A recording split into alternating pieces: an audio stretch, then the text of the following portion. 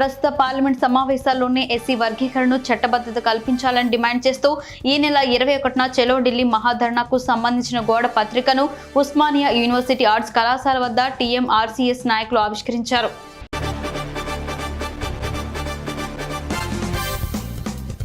హైదరాబాద్ సోమాజిగూడలోని యశోద ఆసుపత్రి నుంచి మాజీ సీఎం కేసీఆర్ డిశ్చార్జ్ అయ్యారు. ఆసుపత్రి నుంచి ఆయన నేరుగా నంది నగర్లోని నివాసానికి వెళ్లనున్నారు.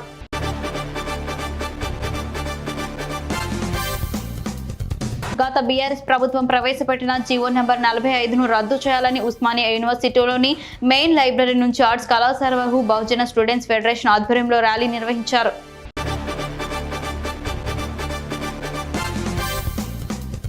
తెలంగాణ అసెంబ్లీ సెక్షన్స్ 3వ రోజు ప్రారంభమయ్యాయి. సమావేశాల్లో గవర్నర్ తమిళిసై ప్రసంగించారు. కొత్త ప్రభుత్వానికి మంత్రులు, ఎమ్మెల్యేలకు అభినందనలు తెలిపారు.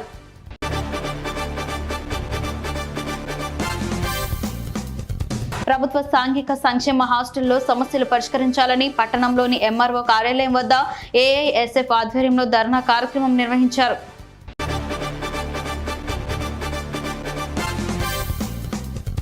మడక్సిర పట్టణంలోని తహసీల్దార్ కార్యాలయం వద్ద అంగన్వాడీ కార్యకర్తలు నిరసన చేపట్టారు. అనంతరం తహసీల్దార్ మున్సిర్ వలీకు వినతి పత్రం అందజేశారు.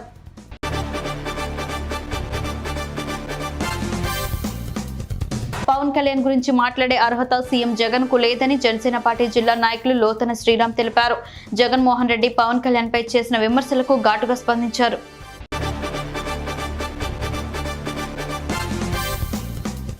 తుఫాన్ వల్ల తీవ్రంగా నష్టపోయిన అరటి రైతులకు ఎకరాకు 50,000 రూపాయల నష్టపరిహారం చెల్లించాలని Congress party media chairman N Tulasireddy ప్రభుత్వాన్ని కోరారు.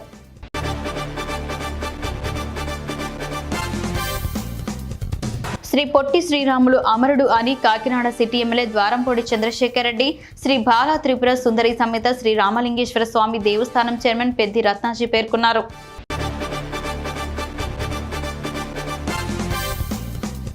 ప్రజా సంక్షేమ పాలనకు రాష్ట్ర ప్రజలంతా మరోసారి అండగా నిలవాలని రాజోలు ఎమ్మెల్యే రాపాక వరప్రసాదరావు అన్నారు. గడప గడపకు మన ప్రభుత్వ కార్యక్రమంలో ఆయన పాల్గొన్నారు.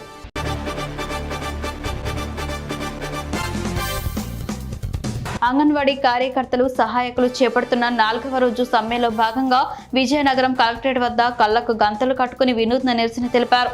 అంగన్వాడీల సమ్మెకు తెలుగుదేశం పార్టీ మాజీ ఎమ్మెల్యే మీసాల గీత సంఘీభావం తెలిపారు.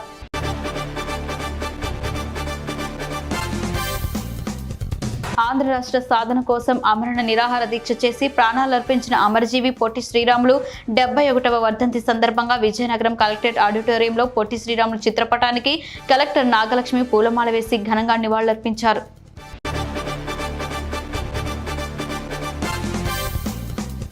పొన్నూరు పట్న వైఎస్ఆర్సీపీ కార్యాలయంలో అమరజీవి పొట్టి శ్రీరాములు వర్ధంతిని పురస్కరించుకుని ఎమ్మెల్యే కిలారి రోసయ్య ఆయన చిత్రపటానికి పూలమాల వేసి నివాళులర్పించారు.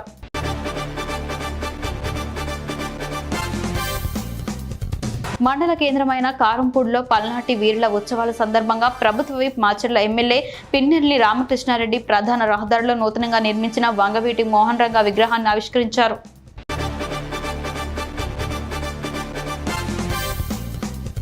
సీఎం జగన్ కు ఉల్లిగడ్డకు ఆలుగడ్డకు తేడా తెలియదా అని నారా లోకేష్ ఎద్దేవా చేశారు. పాదయాత్రలో భాగంగా యలమంచిలి మార్కెట్లో ఓ కూరగాయల దుకాణ యజమానితో మాట్లాడారు.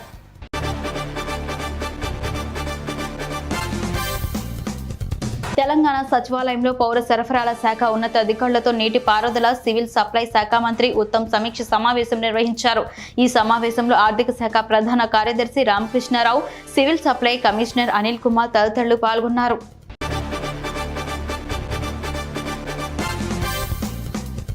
మంగళగిరిలోని జనసేన కార్యాలయంలో భారతరత్న సర్దార్ వల్లభాయ్ పటేల్, అమర్జీవి పొట్టి శ్రీరాములు వర్ధంతి సందర్భంగా వారి చిత్రపటాలకు జనసేన అధినేత పవన్ కళ్యాణ్ పూలమాల వేసి నివాళులర్పించారు.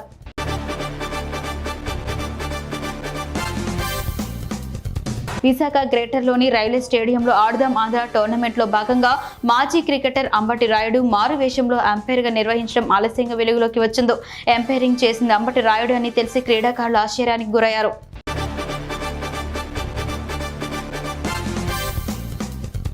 రాజస్థాన్ కొత్త సీఎంగా భజన్ లాల్ శర్మ ప్రమాణ స్వీకారం చేశారు. రాజకీయాల్లో ప్రత్యర్థులుగా భావించే గహ్లత్, కేంద్ర మంత్రి గజేంద్ర సింగ్ షేఖావత్లు ఒకరి పక్కన ఒకరు కూర్చొని మాట్లాడుకోవడం కనిపించింది.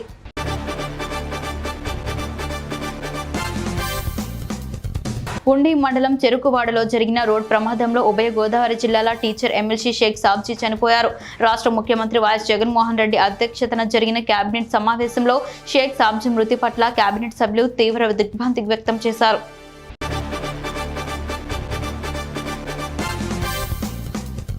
పార్వతీపురం నియోజకవర్గం లయన్స్ కళ్యాణ మండపంలో జరిగిన టీడీపీ నియోజకవర్గ విస్తృత స్థాయి సమావేశం నియోజకవర్గ ఇన్ఛార్జ్ బోనేల విజయచంద్ర అధ్యక్షతన జరిగింది. అరకు పార్లమెంట్ అధ్యక్షులు కిడారి శ్రవణ్ ముఖ్య అతిథిగా హాజరయ్యారు.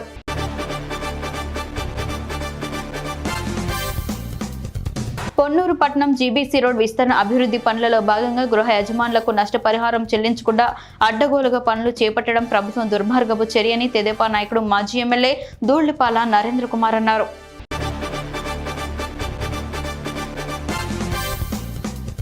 రాయదుర్గం పట్టణంలో అంగన్వాడీ వర్కర్ల సమస్యలు పరిష్కరించాలని డిమాండ్ చేస్తూ సిఐటియు ఆధ్వర్యంలో చేపట్టిన నిరవధిక సమ్మె 4వ రోజుకు చేరుకుంది.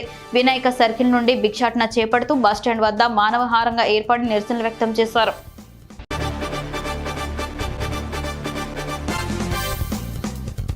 గవర్నర్ తమిళసై సౌందరరాజన్ ప్రసంగాన్ని ప్రారంభించే ముందు గవర్నర్ కవి కాళోజీ నారాయణరావు కవితను చదివి వినిపించారు.